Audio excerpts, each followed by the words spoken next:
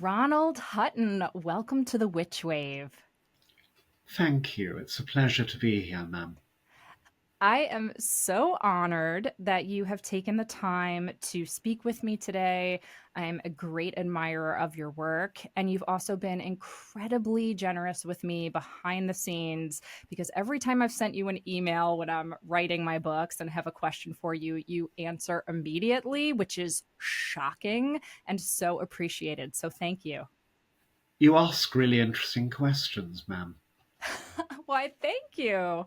And I've never been called ma'am publicly on the podcast before. So you're also making me feel very grown up, Ronald. I appreciate that. What would you like me to do? I'm being very British and formal, which comes naturally to me. You can just call me Pam, which I, rhymes with ma'am, so easy for you to remember. indeed, yes. Yes. So, Ronald, I want to start by just introducing our listeners and our viewers to the role that you have not only in the academic community, but specifically in the pagan community, which I see as kind of an uneasy yet celebrated role, insofar as I'll just highlight one of your many books. You wrote the book, The Triumph of the Moon, and that came out in 1999.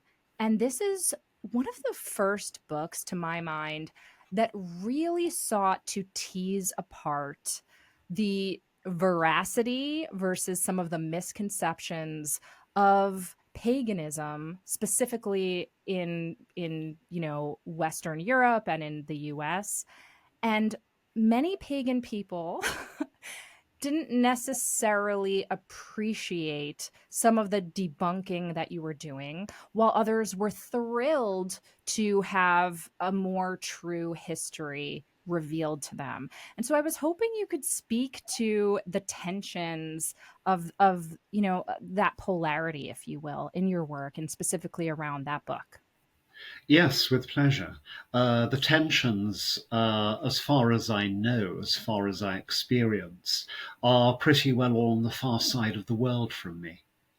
The context of the book in Britain seems to have been utterly different from the context elsewhere in the world, because the book was written in the course of the 1990s with the full support of the leaders of the British pagan community, with whom I was already closely associated before I decided to write the book.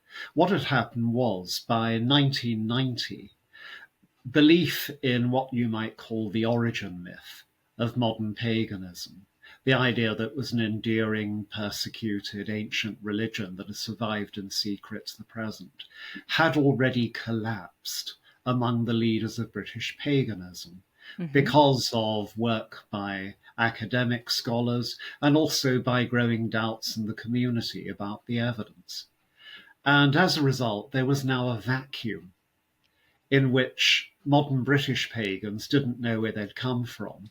There was an uneasy suspicion that they might all have been invented by some rather odd character in the 1950s or 1940s.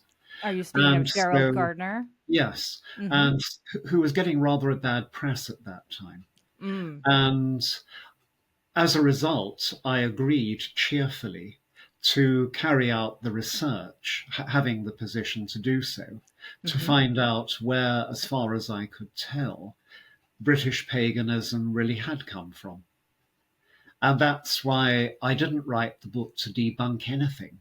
The debunking had already happened.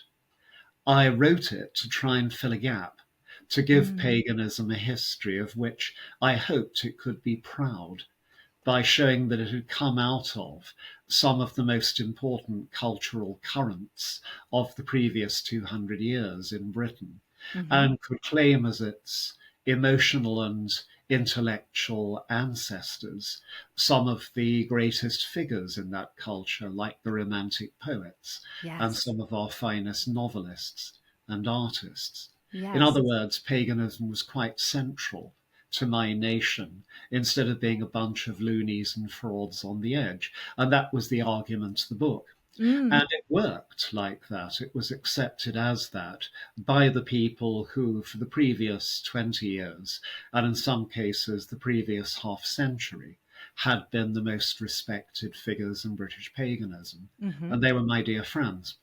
Yes. But to my consternation, when my book travelled across the Atlantic and across the equator, it hit a lot of territory where people had just recently become pagans, Yes. according to the foundation myth, and believed it completely. So when my book arrived, it appeared like a battering ram against their beliefs. Yes. I was viewed as a naysayer and a debunker, which of course at home I wasn't. And as a result, helplessly, I looked on as my book became a weapon in a series of local struggles between different factions of pagans in America, Canada, Australia, and New Zealand.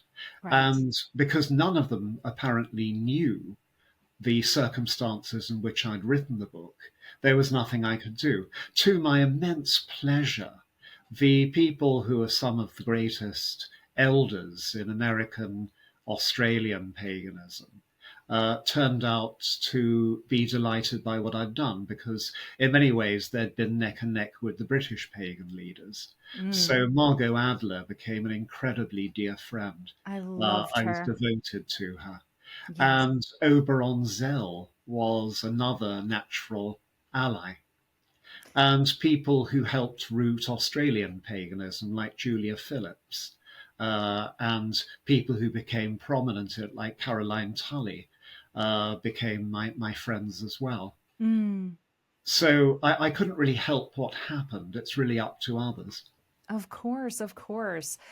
That's so interesting to me that people back at home were so supportive of this book. And as you said, you consulted with them, you had their allyship and their friendship. I wonder if you think what happened is that paganism, because it spread out, modern paganism, and it started touching all of these other parts of the world. And as you said, they're parts of the world, um, often where, well, you didn't say this, I'll say this, where often, these are people who are looking for some kind of ancestral rootedness that I know personally. For example, I was raised Jewish. I come from Eastern European ancestry. And so, as an American, there is so much that tends to be lost when it comes to looking at our history, when it comes to experiences of assimilation and so on. And so, for me as a young Jewish kid, yes, I had modern American Judaism, which wasn't like quite the fit I was looking for. So, when I found paganism, it felt like, I'm home. And then to be taught that even that lineage didn't have this unbroken, magical, matriarchal origin. Um, I remember experiencing a bit of like, well, am I a fool? Am I a fraud for loving this and for embodying this so deeply? But then, I grew up and I then was able to, through your work and the work of others, to reweave meaning for myself through a whole host of my own magical practices and my own meaning making. And so I understand that feeling of feeling a little bit foolish that this thing you believed in um, is based not entirely on fiction, but on many fictions. Do you think that's fair to say? I was with you right up until when you said it was based on fictions. Because there's nothing fictional about the roots of paganism. It's a modern complex of religions and Yes. spiritualities which draw upon genuinely ancient ideas and images Yes, yes, yes. and recombine with a worship of actual pagan deities, streams of unbroken cultural current which have been coming down through the centuries from the ancient world, like ceremonial magic, which I think is really important to modern paganism. It gives us the circle and the quarters and the purifications Yes. and the invocations. And for operative magic, this wonderful heritage of folk magic, Mm-hmm. cunning craft, service magic, and seasonal rituals and festivities. And above all, although actually this is less important in most modern paganism than perhaps it should be, the incredible love affair of the Christian centuries with the literature and art of the pagan ancient world. Mm-hmm. So devout Christian artists like Botticelli and Velasquez Yes. and Lord Leighton could all paint Venus, my Mm-hmm. favorite goddess, I love her too. as a representative of the divine feminine Mm-hmm. expression Mm-hmm. of beauty and love. Yes. Well, thank you for clarifying and allowing me to clarify. I suppose I didn't mean fictions entirely. I meant the how about let's use this as an example. I remember learning about the pagan wheel of the year, and then and many people listening will know some of those holy days such as Letha and Mabon and so on. And then I remember learning that it wasn't until 1974 that those holidays were even, shall we call them, named or codified, and that the ancients wouldn't have called it those holidays. And even the construct of the Wheel of the Year is a relatively modern construct. So perhaps fictions was a clumsy word that I used. But I think some people, they take that information, they say, I curse a lot, Ronald, so excuse me. You're very proper. But some people might say, oh shit, here I was thinking that Mabon is this beautiful, holy holiday. And I've been, practicing it and feeling so connected to these imagined ancestors or what have you. And then they feel a little silly when they find out that it wasn't until 1974 people use that language. Now, for me, I think, well, how beautiful. Isn't all arguably religion a storytelling practice? And doesn't it morph and syncretize over time? And isn't it alive? And isn't that wonderful? But I could also see someone feeling like, oh, but I was told this was really old and it's not. And I feel stupid about it. So I suppose that's what I was trying to gesture towards, if that makes sense. Yes, I do understand. Thank you very much. As ever, Pam, you're educating me. Oh, well, thank you. Now, what I want to really delve into is how are you experiencing being one of the world's experts in the academic space when it comes to paganism and the occult and witchcraft?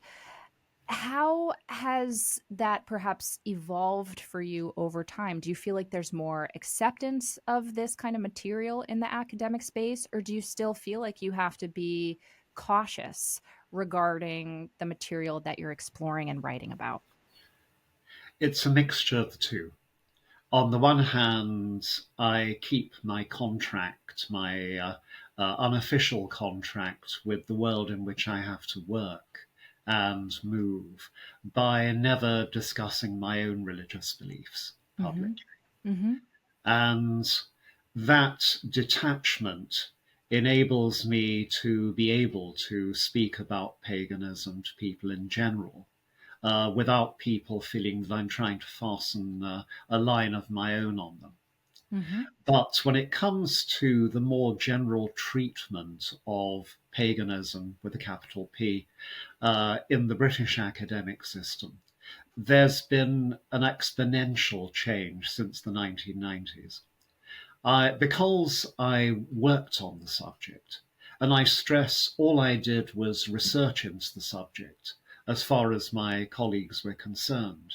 I never expressed a personal religious belief deliberately. Mm-hmm. But just because I worked on it, I endured 10 years of what could be called either soft persecution or repressive tolerance. Mm. Three examples, quick examples. Yes. One is that in 1994, I addressed a big pagan conference in London.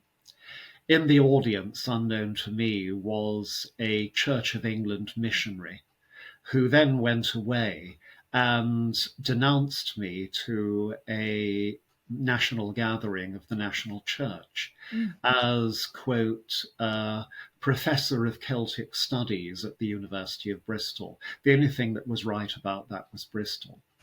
And a high priest of modern paganism.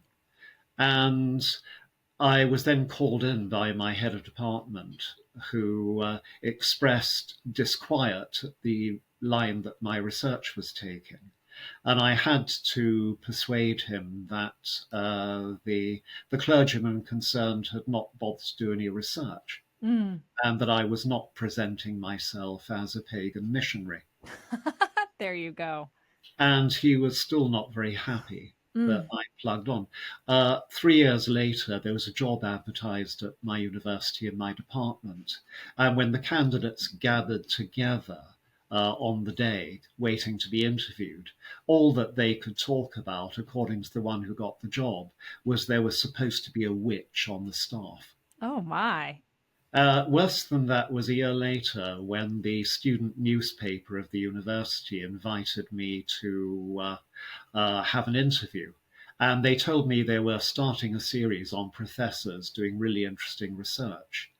And they'd like me to be the first interviewee. So I allowed them in and I talked to them about my research for Triumph of the Moon, which was just finishing. And then the student newspaper came out with a picture of me on the cover with the line underneath, warning, this man could be a witch. And then there was a double spread inside in which they'd taken the statements I'd made completely out of context and indicated they couldn't prove I was a witch, but I was researching into it. I obviously knew a lot of witches, and Mm-hmm. clearly witches were Satanists. Oh So boy. I was a secret Satanist. And I wondered what to do. Should I sue a student newspaper? You know, it's kind of beneath one's dignity. Indeed. And I waited for my colleagues to say anything. And although some of them avoided me for weeks, nobody said a thing. Mm. But then there came the time of the year when I was supposed to get my increment in my wage. Now, this is a small rise in salary you get every year, Sure. up a certain scale. And I didn't get it. And the only reason for not getting the increment is that you hadn't performed satisfactorily. And I performed really very well in every other way. So my pay had been frozen without a word said after that article. And then the next year came and my pay was still frozen. Now I had a young family at the time, so this really hurt. Oh my And goodness. And then, and that's discrimination too. Let's well, we had no such rules in those days. I And then see. came and then came the third year, and Triumph of the Moon had come out Mm-hmm. and got really good reviews. And it had been made obvious what I was doing and what the book was about. And suddenly that year, I got a raise equal to all the money that I hadn't been given in the previous 2 years. My But goodness. absolutely nothing was said. It was also terribly British. Ronald, And and you after that, didn't say anything to them? You didn't bring it no, up with them? My no, goodness. I felt too downtrodden. Oh, I I'm just so wanted, sorry. I just wanted to keep my head down, hang on in there, do Yeah. a good job, and wait for life to get better. Yeah, not make waves. But and things did get better at my university after that. But in the wider academic sphere of Britain, things didn't.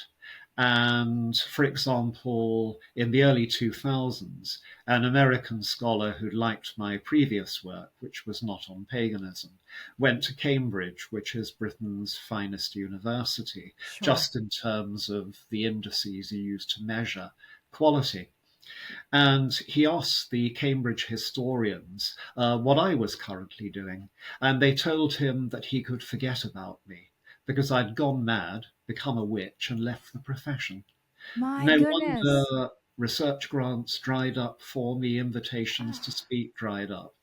I found myself a pariah for some years, Mm, but I stuck at it. I carried on researching and publishing. And then later I got all the rewards. From about 2010. Things yes. began to change. I was elected to the British Academy, which is supposed to be the honour given to the top 0.5% of Yes. British academics. And not just to one section, history, but to archaeology as well, because of my work on the ancient world. Hell And yes. I was given government appointments because of my knowledge both of the ancient world and of modern pagans, Yes. in which situation I could do everybody a lot of good.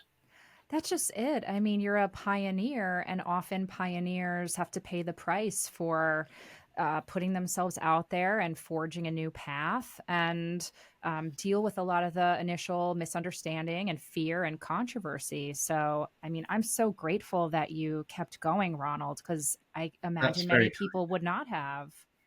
it was a bad 10 years, My and word. in the early 2000s, I had to put up on the one side with the ostracism in my profession, and on the other side, every time I opened my email in the morning, I'd find another poison pen letter from an Mm, American pagan who regarded me as an enemy of his. It was usually his mm, religion.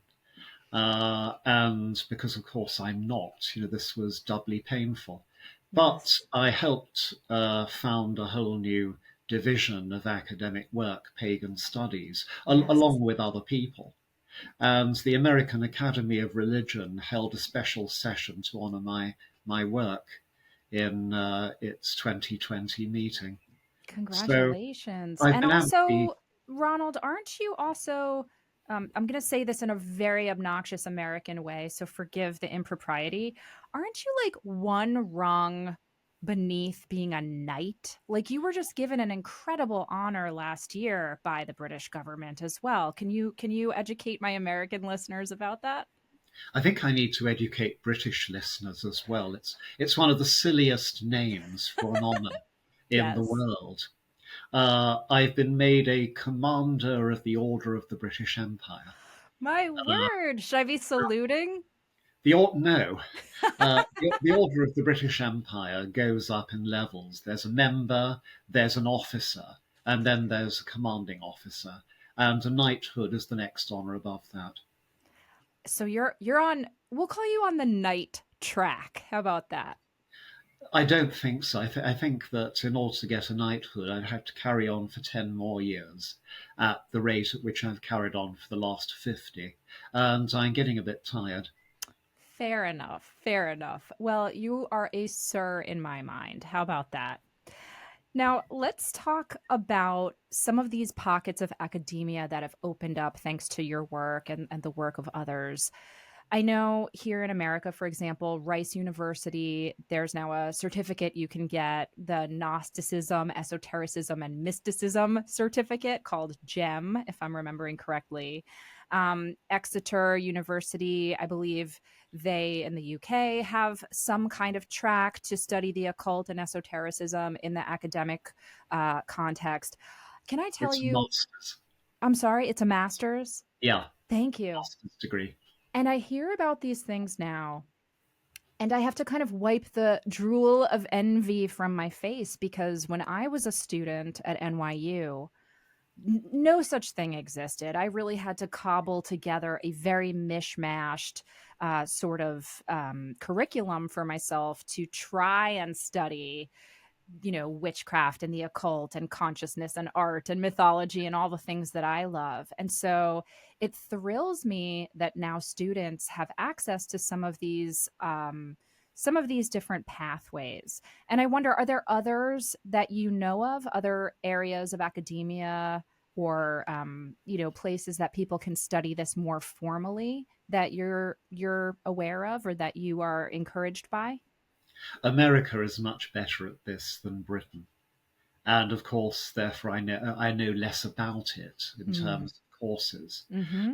I don't think that there are many places in the UK where you can study paganism as such, but there's a subtle adoption of awareness of it. Hmm. So religious studies departments in Britain now routinely recognize paganism as a religion. And although there aren't many people teaching about paganism, people who are interested in it are encouraged to pursue their studies. There's the Exeter MA, which is a wonderful cluster of scholarship. And also, I developed over the years the largest postgraduate school of students, supervised by one person, that my university has ever had. Mm. My routine number of students at any one time working on theses with me was 25. Wow. And so over 50 of them have completed. And that's an awful lot of scholarship. My goodness. It's so exciting. Yeah. How wonderful. Ronald, I want to switch gears just a little bit. This is the witch wave, and a lot of my work is around the archetype of the witch and the practice of witchcraft. And full disclosure, I don't know that you and I have ever discussed this, but I do identify as a witch. But I'm What not. kind of witch? Oh, what a wonderful question. Do you Do you know, have a tradition? I just love the word witch.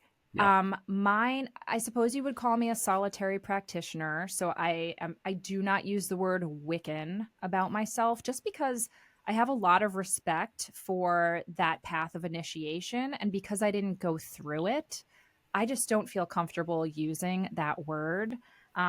And there are several other reasons why. So I say I'm pagan. Sometimes when I'm being cheeky, I say Jewish just because I have not cast off my Jewish ancestry and folk magic either.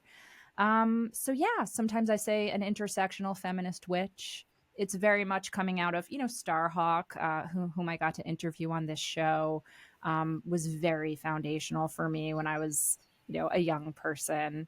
And a lot of my practice, um, some of it is rooted in a lot of the Greek and Roman deities, but then I've also incorporated some of my own ancestral magic in it. And for me, art and literature and music is very instrumental to the ways in which I've developed my practice as a creative being as well. So it's all a bit of a mishmash. I wish I had a more succinct answer for you. It's a very good answer. Thank you very much. Why, thank you. Thank you for asking. But I want to take the opportunity to thank you once again, which I know British people hate, but I am going to thank you once again for writing the incredible monumental book, The Witch, A History of Fear from Ancient Times to the Present. This book was so helpful for me in my own research when I was writing my book, Waking the Witch. And it continues to be very, very inspirational for me and very informative. This is a book that came out, as I recall, in 2017. Is that right? That's right.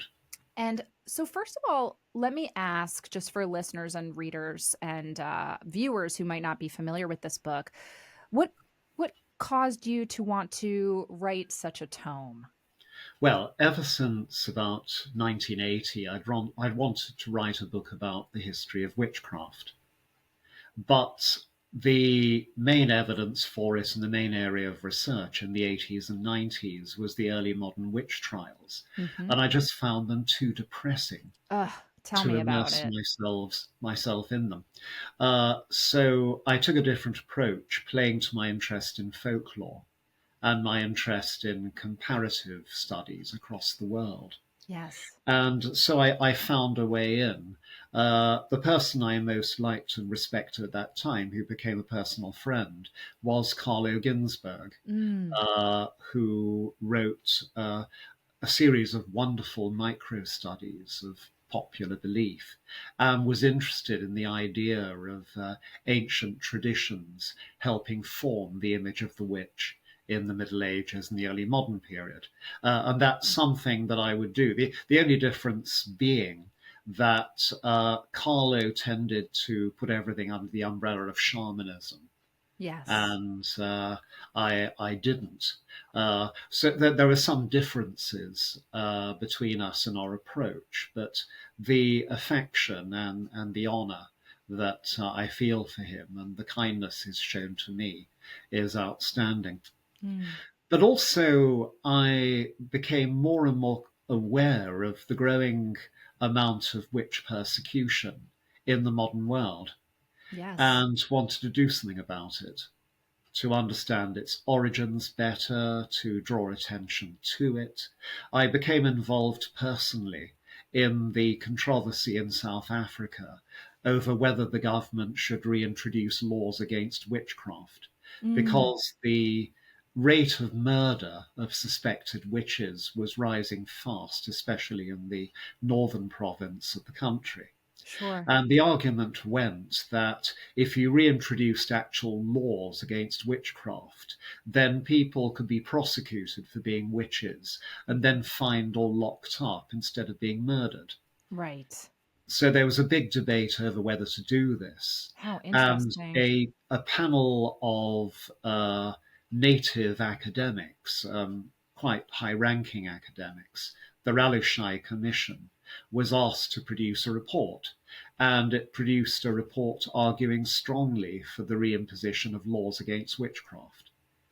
What was slightly disconcerting was that the people on the panel seemed mostly to believe in the real existence of witches themselves Mm-hmm. and wished to prosecute them. One of them said he had some reservations over whether or not they rode around at night on the backs of baboons, but he was prepared to believe everything else said against them. Right. And I was one of a number of academics brought in to express views. And my view was very strongly to carry out the long, painful process of convincing people that if they don't fear witchcraft, it can't harm them. And that is a double win. Because if you convince people of that, they stop being vulnerable to it because they're not frightened to death. Mm. They also stop accusing their neighbours of it and murdering them or trying to get them locked up.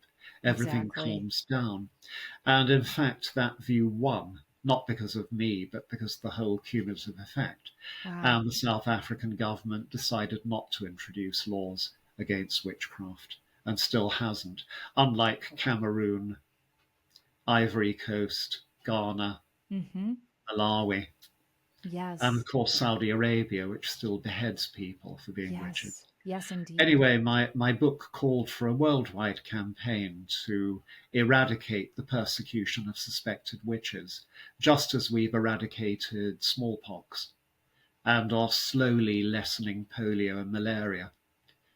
And this helped precipitate a conference at Lancaster University, UK, which has a great track record in study of human rights, in 2019. And I was invited to give one of the two keynote addresses, and the Yes. rep from the United Nations gave the other.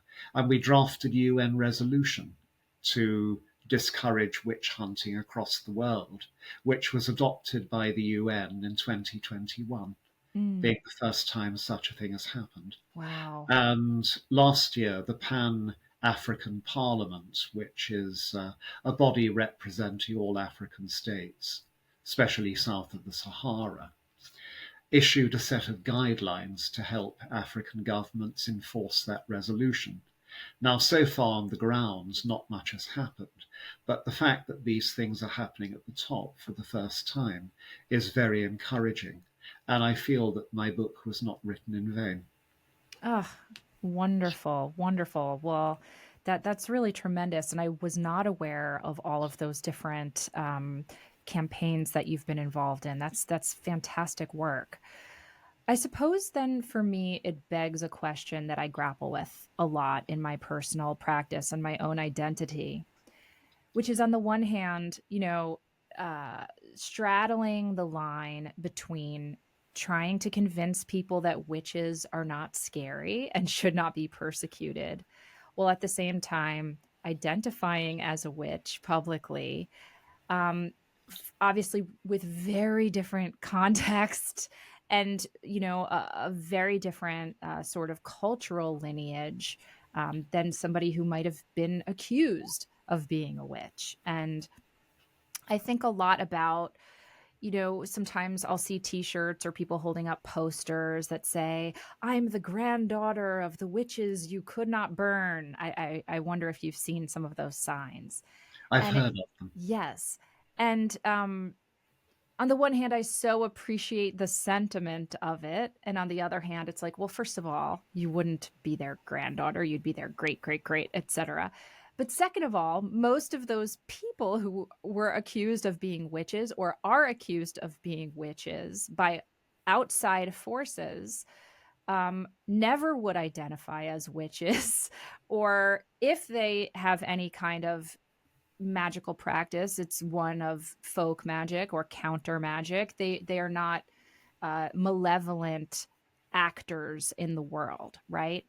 And so I'm wondering for you, I know sort of the story I tell in my own research and my own books, but I wonder for you if you can identify a moment when people started using the word witch to describe themselves in a positive way. Do you just trace it right to the Wicca movement in the 1950s, or would it have been earlier?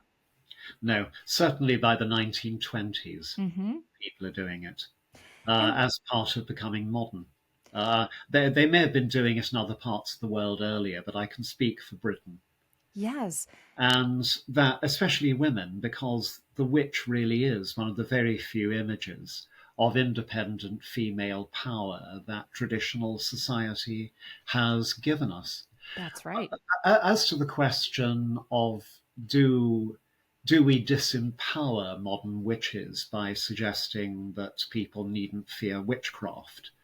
I think that there are a number of ways in which we can cope with this one, and I have to face up to this, Yeah. the possible consequences of my own actions. For a start, I think we can have it both ways, because if you really believe in magic, then magic can work. In medicine, the placebo effect is a mighty one, incredibly important. Agree. So magical healing can be extremely effective.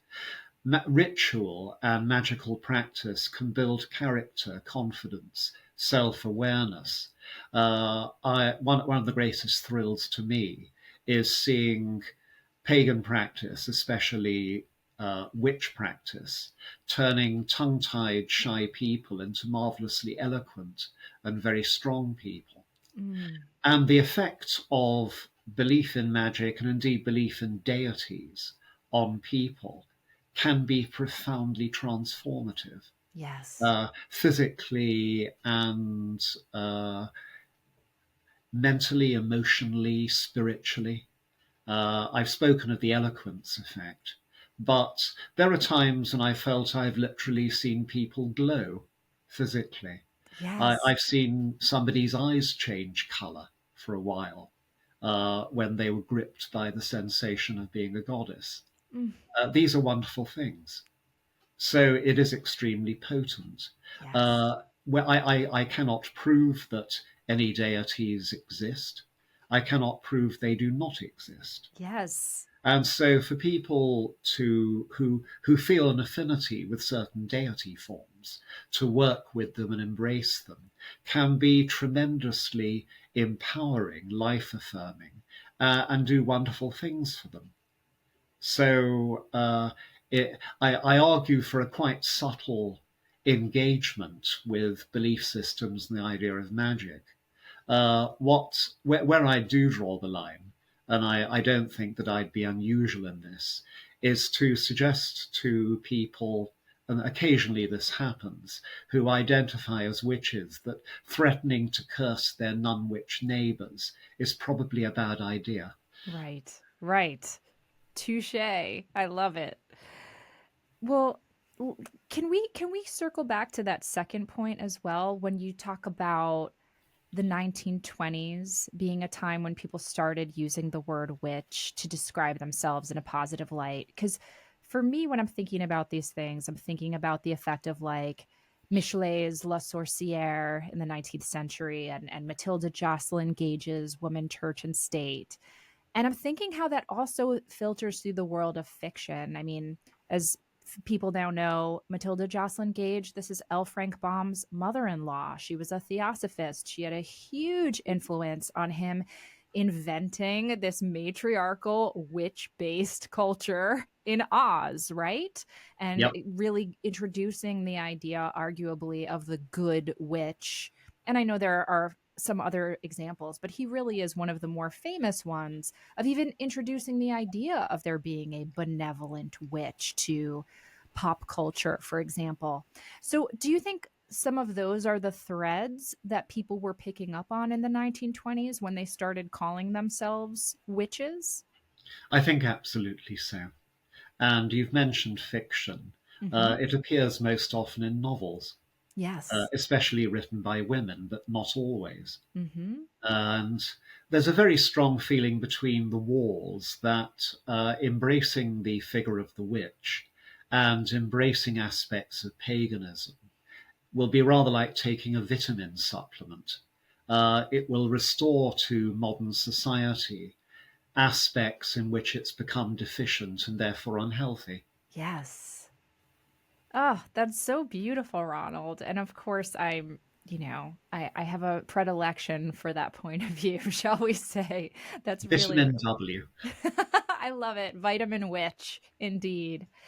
Um, Ronald, how did you first begin to get interested in this material? I understand that your mother was very influential on you, and I don't know how she would have described herself, but it sounds like she was very interested in paganism and magic and so on. Was that a big driver in your own development, you think? Very much so. I think we embraced it together. My mother was more interested in magic than I was. She read cards and she subscribed to Prediction magazine, which is where everybody advertised in those days. How wonderful. She certainly didn't identify as a witch. But what she and I shared, and I grew up with her, but I was a bit more articulate about it than she. Mm. She was largely, it was largely innate in her, but passed on to me, and I made it more active. Was a potent combination of an intense love of the natural world, and especially of the countryside in which we lived, and an understanding of its ancient past, an understanding of its modern ecology, and a sense that it was a spiritualized landscape, a landscape inhabited by indwelling spiritual forms, Mm. but also an intense love of the Greek and Roman classics, Yes. on which she'd been raised and on which she raised me. And she and I both saw the deities of those very much as our deities, Mm. and they still are mine instinctually. But I then added a love of the Norse tales, the Icelandic Eddas and sagas, Sure. and a love of Irish medieval mythology, and remained devoted to those. And so when I encountered Wicca for the first time, which was at the age of 14, 15, in the end of the 60s, it made sense to me as a mystery religion within a development out of the wider, softer focus paganism, in which I felt at home, both literally at home and mentally. Oh, And there was a vast literature, Victorian and Edwardian, of this combined love of the countryside and love of ancient Greek and Roman paganism, especially British, on which I could draw, with which I remain in love. I discover more of it more and more the time. Now, when I encountered Wicca in the late 60s, it was Gardnerian Wicca, which was sure. practically the only show in town uh, in my bit of the world at that time. And I really liked the people, and I really liked what they seemed to do, and I really liked what we would now call their outer court rituals. seasonal rituals, which I attended. But then I Mhm. learned my first lesson about pagan groups in that before I could even think of being old enough for initiation, the group quarreled and broke up Oh, yes, yes, yes. irrevocably. Typical. Aw. And then I worked in London and I encountered Alexander's circle Mhm. and learned a lot listening to Alex, who impressed me deeply. But his type of Wicca was, I was 18 by now. It wasn't quite so much what I was looking for, which the rural Gardnerian Wicca, the people had been. I was looking for a connection with the pagan ancient world, particularly the classical texts, Yes. and a link to the countryside. And Alex was far more about hands-on operative magic, especially healing, which was very important to him, and the raising of spirits of different kinds. There was a lot more ceremonial magic in Alex's Wicca, whereas I liked the classicism of the other kind. And so that and the fact that I was just scared. Yeah. I was 18 and on my own and impressionable. And Alex's circle was they were imposing people. They were good looking.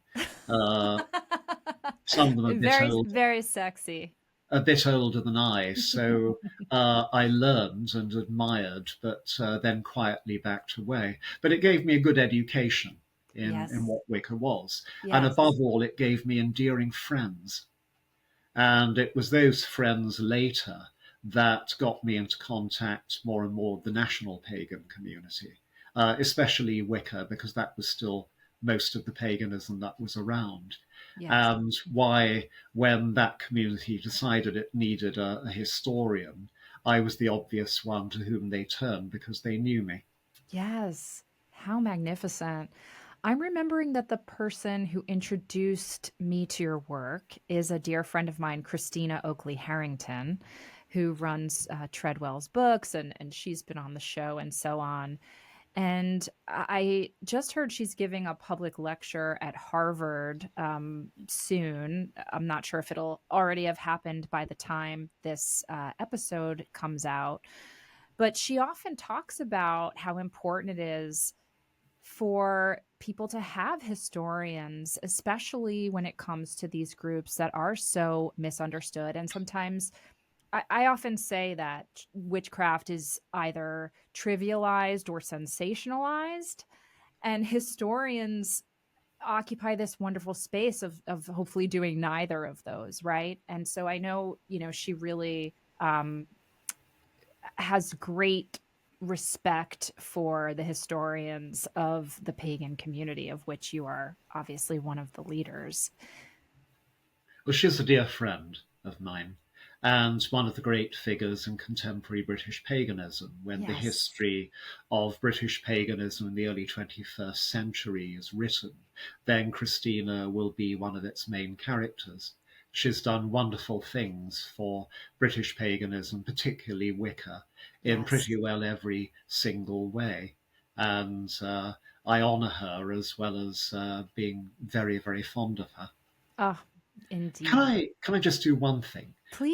that is explain my background, Yes, just in case please. anybody wonders, because rarely I'm giving an interview from home instead of from my office Hmm. at the university, and people with sharp eyes may wonder about what's in the background. Yes, And Ronald, if you could do that while first describing it, because some people will be watching this, but some people will only be listening. So if you could yeah, describe it as well. with pleasure. It's the people who are watching it I worry about, because what you can see in my background are St. Bridget's crosses, or actually Bridget the Goddesses crosses, Yes. traditional woven crosses for the Feast of Bridget, Candlemas Imbolc Hmm. in Ireland, and yellow ribbons for the beginning of spring are attached. And the really, really, really sharp-eyed will recognize an image of Bridget as goddess underneath. And this is actually not because I have a personal devotion to Bridget, and I'm certainly not a Christian, but it's because when I moved into my present home, I probably rather pretentiously decorated and dedicated the three bedrooms on the first floor to the Judgment of Paris. And I made one of them dedicated to Venus, Oh, one to Juno, and one to Minerva. And perfect. I also stashed up decorations in these rooms associated with goddesses who are like the Roman goddesses whom I'd named. Hmm. And there were certain obvious affinities, for example, between Bridget and Minerva and Athene. So I Yes. put representations of all of them in the room dedicated to the goddess. And when guests arrive, I'd ask them to take the judgment of Paris, which of the rooms they'd like to sleep in for the night. And I should have known what was going to happen because absolutely everybody chose either Venus or Juno. Venus.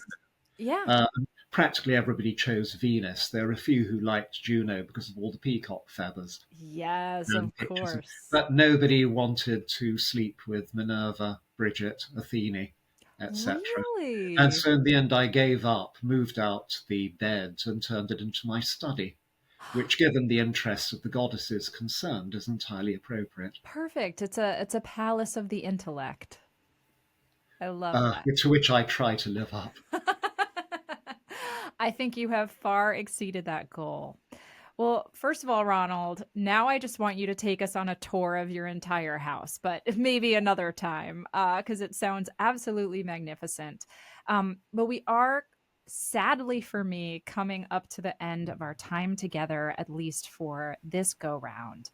Um, in our final moments together, I just wanted to give you the opportunity to mention if there are any new books that you would like people to know about or any other things, emerging for you in this springtime and beyond you would like to promote.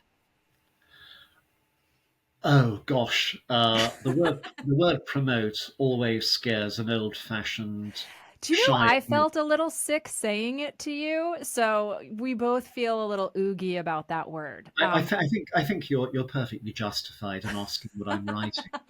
There Uh, we go. There we go. at the moment, I'm interleaving different types of book because I've written 2 volumes of a 3-volume biography of Oliver Cromwell, who's one of our major British statesmen.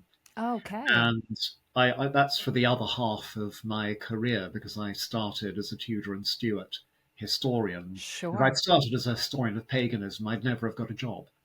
So I established Fair.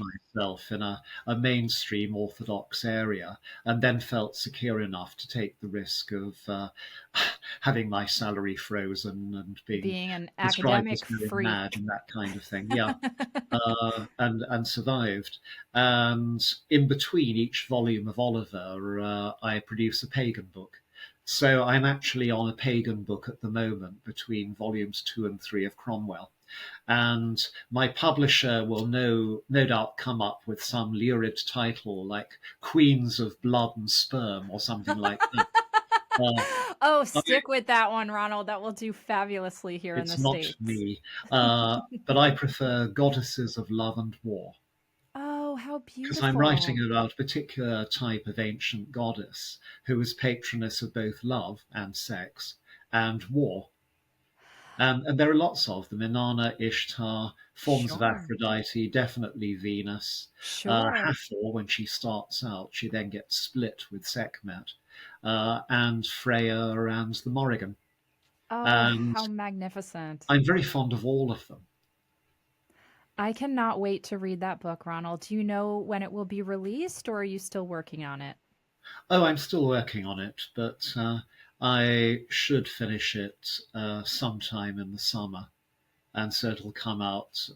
It'll come out for summer next year, which is how publishers work. It'll be a Indeed. summertime book to suit torrid goddesses. Wonderful. Well, listen, Ronald, earlier you described someone in, a rapture, and you said their eye color was changing and they were glowing. And I wonder if I look that way right now to you because this has just been an ecstatic experience. I'm so thrilled that you took the time to be with me, and I'm truly grateful for your work. Thank you so much. What an honor this has been. You always glow, Pam. It's part of your vocation to do things like this, which is why you do them so well. I very rarely give interviews, but I've been so struck by the extraordinary interest and perception of your questions to me over the years that I felt it was the least I could do. I'm so, so flattered. Thank you, Ronald, and may this be the first of many future conversations between us. That would be lovely. Thank you. Thank you.